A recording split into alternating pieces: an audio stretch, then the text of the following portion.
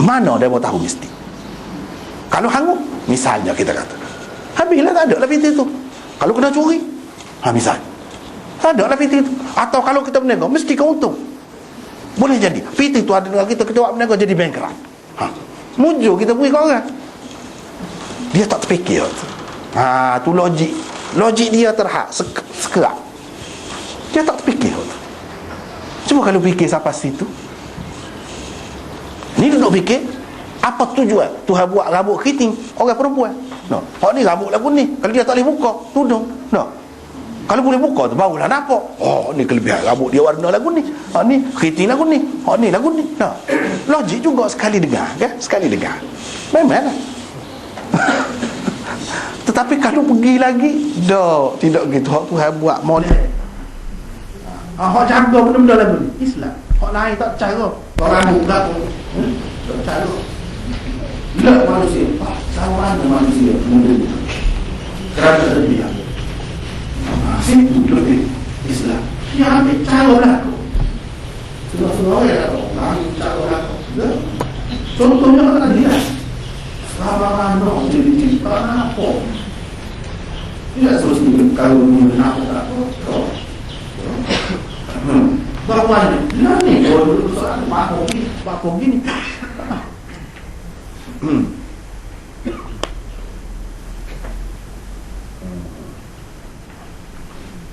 Yang kedua, orang-orang lelaki dan perempuan turut berjemaah bersama Rasulullah SAW di masjid atau di tempat-tempat lain. Ada jenis sembahyang jemaah sekali. Walaupun dalam keadaan jemaah mungkin ada terdedah aurat, ada nampak benda-benda yang tidak sesuai. Lepas tu susah kan? Kena orang perempuan tubik dulu, susah. Walaupun begitu Nabi biarkan mereka pergi sembahyang berjemaah. Ahad ni molek pendapat ahad ni masuklah mazhab Syafi'i pun kata perempuan ada kelebihan hidupnya pergi masjid boleh pergi. Tapi berbeza dengan mazhab Hanafi. Sebab mazhab Hanafi kata orang perempuan molek sembahyang dulu. Tapi dari segi ni lebih kemah, lebih baik hak mazhab Syafi'i. Dan banyak lagi mazhab orang lain, ramai lagi yang kata perempuan boleh pergi masjid. Hak kata tak boleh pergi masjid, dia kata apa? Takut timbul fitnah. Perasaan dah, yang fitnah di masjid saja kau. Kalau tak pergi masjid, tak pergi pejabat, tak pergi kedai, tak pergi sana sini, tak pergi. Apa duduk letak atas masjid saja? Fitnah boleh berlaku di mana-mana. Macamlah perempuan ni tak keluar rumah. Dengan sebab itu, ini pengamatan saya lah. Orang-orang mazhab Hanafi ni perempuan dia ketinggalan. Dari segi ilmu, dari segi maklumat, kecuali hak senang-senang, hak ambil berat tentang agama, ya. Tapi hak umumnya berbeza dengan masyarakat kita. Masyarakat kita lebih baik, alhamdulillah. Sebab apa? Apabila pergi ke masjid, sekurang-kurang yang nak tunggu maghrib ke isyak. Kalau tempat kita ni ada kelas-kelas tu kuliah, gua tunggu kuliah gua ni tu kan. Dengar sepatah dua je dia juga. Ni pokok dia ni kan, jahil sungguh. Kecuali kalau ambil berat agama ni dia panggil lah guru ngajar di rumah dia. Apa orang boleh buat lagu tu, nak bayar nak gapo tu. Molek pergi masjid. Walaupun kita kata ada kemungkinan lah, fitnah kau tunggu ni lebih baik, banyak lagi kebaikan. Dengan sebab itu dia Sayyidina Umar sendiri, tapi jangan kita merendahkan mazhab mana-mana mazhab. Jangan, walaupun begitu. Itu pendapat dia. Kita sepakat sudah. Sayyidina Umar antara orang yang berpendapat perempuan tak boleh pergi masjid. Ni ada satu cerita. Sayyidina Umar memang pendapat dia boleh sembahyang ni. Tetapi ada seorang isteri dia, bila nak nikah dengan dia tahu Sayyidina Umar ni memang tak boleh. Dia syarat, boleh. Saya nak di masjid, sembahyang masjid. Sebab apa? Dia mari hadis. La tamna'u ima Allah masajid Allah. Jangan kamu larang orang-orang perempuan pergi ke masjid. Saya tak rakau tu. Saya nak apa senyap dah dengar hadis ni. Dia dengar hadis tak lagi. Dia tak akan larang. Walaupun maksud dia hadis tu lagu lain. Kok saya tak boleh ni alasan. Dia tak akan larang. Itu sikap sahabat. Dia akan senyap dulu. Apalah. Bini dia pun pergi masjid. Bini dia tu namanya Atikah. Daripada dia kita nama Atikah kan, boleh. Atikah. Bini dia tu banyak suami. Mula-mula Abdullah, anak Abu Bakar. Aku suaminya pertama. Atikah ni dalam sejarahnya seorang perempuan yang sangat cantik. Dia ada kait dengan perempuan sikit. Sangat cantik. Cantiknya luar biasa. Abdullah ni tergila-gila dia. Siapa tak jadi hijau, Perai apa nak pergi. Zaman dulu perai, perai. Saya nak wakaf tu susah. Saya nak wakaf susah. Jadi hijau lah ni. Siapa kepada Nabi lah. Cerita tu. Saya nak wakaf susah. Cerah. Siapa cerah? Bila cerah, kau teruk Abdullah ni jadinya. Kau tak jadi hijau. Suruh raja. Nabi SAW suruh raja. Lepas tu raya. Dengan perjanjian. Lepas pada ni, jangan terganggu apa-apa hijau kamu. Lepas pada tu suruh dia pergi berjihad, mati syahid Abdullah. Lepas tu dia dikahwini oleh orang lain, oleh Sayyidina Umar. Sayyidina Umar, cerita tadi Sayyidina Umar. Lepas tu dia dikahwini oleh Zubair bin Awam. Orang-orang besar saya, sahabat-sahabat ahli syurga saya. Jadi suami. Zubair lagu tu juga. Tahu dah dia ni tak suka pergi masjid. Zubair ni termasuk antara orang yang tak suka bini dia pergi masjid. Tak suka. Dengan sebab itu, kalau ada suami yang tak suka bini dia pergi masjid, jangan suka buruk ke suami. Jangan. Selalu kena kira molek. Dengan tenang, kira molek. Mungkin ada sebab dia bagilah alasan masing-masing. Hak semoleknya gitulah. Jadi Zubair ni cerita dia tak sini pergi masjid ni lagu mana dia buat. Dia ada juga cara-cara dia orang sampai dulu pun tak. Dia ambil patah tengah malam, bini dia rumah dia bahan tak lah. Bini dia pun lari lepas pada tu. Kata dia memang zaman rosak sungguh dah kata dia. Tak boleh pergi masjid tu. Tu cara dia. Hello. Dia tak sini bini dia pergi masjid. Matilah Zubair lepas pada tu. Saya nak Ali pula nak nikah. Saya nak Ali pula nak nikah. Dia pun kata tak salah. Biasanya nikah dengan dia ni mati saja. Tak usah. Dia pun tak nikah. Itu cerita. Tetapi kalau kita kira hadis ni, dan banyak lagi hadis-hadis yang lain, jelas menunjukkan perempuan boleh pergi ke masjid. Hak semua lihatnya begitu dah. Tak sah dah halal.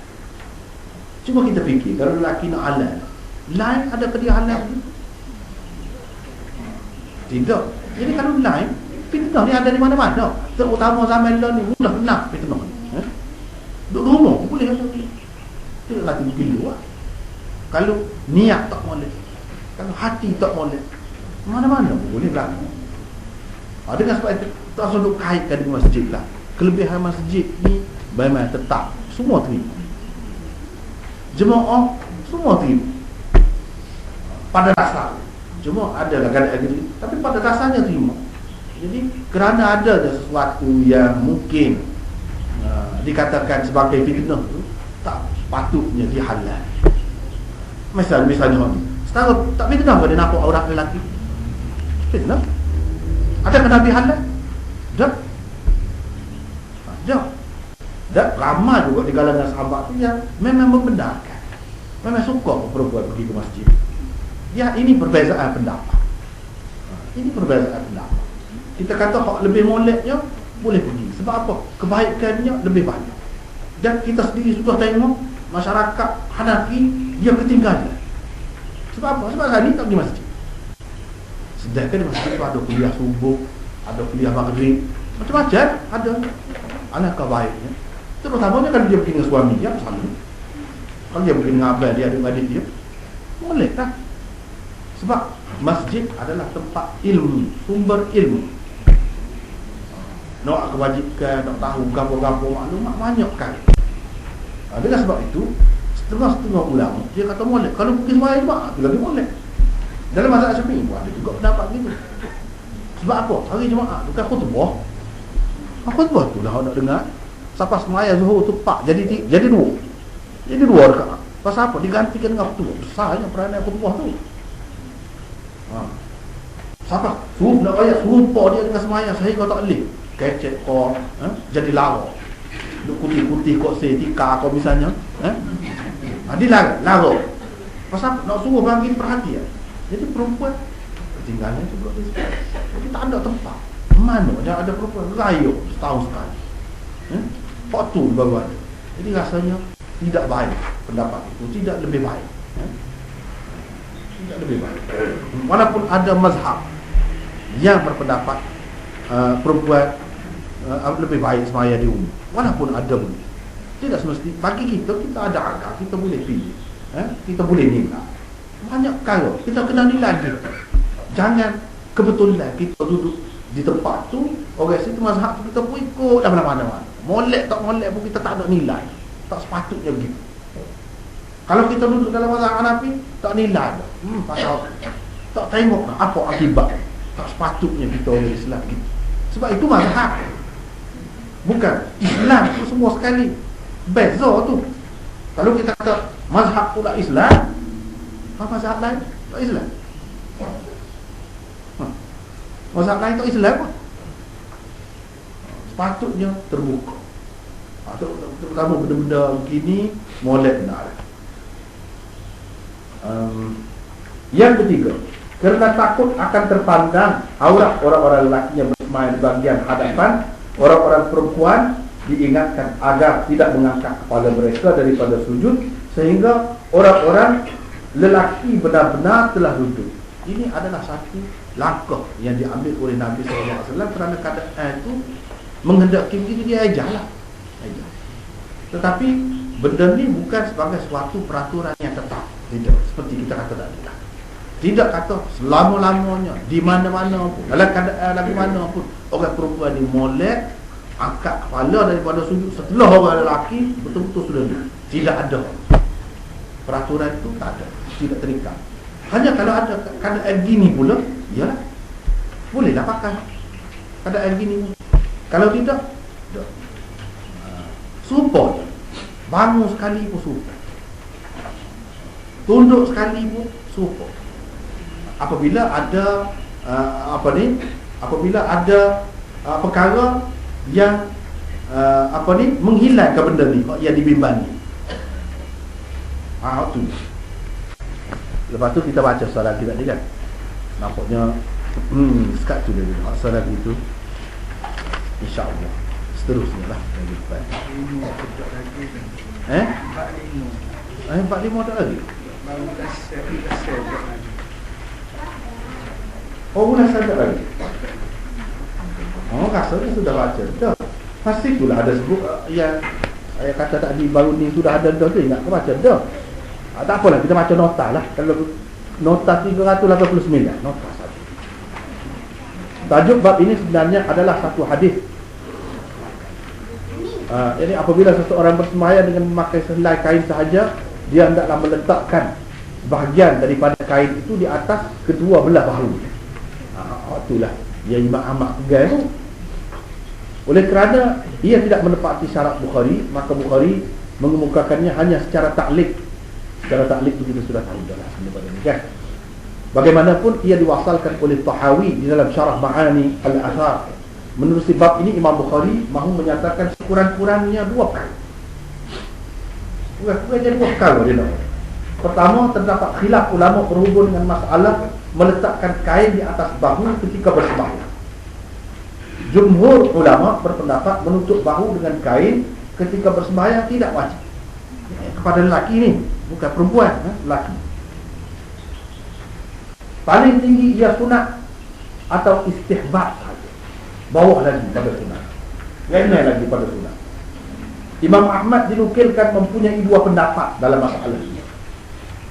Satu, sembahyang tidak sah tanpa menutup kedua belah bahu, sama ada dengan mana-mana bahagian daripada sehelai kain besar yang dipakai seseorang untuk menutupi auratnya, atau dengan kain yang berasingan. Tak caralah, kena tutup bahu ni. Kalau tidak, tak sah sembahyang. Itu satu pendapat Imam Ahmad.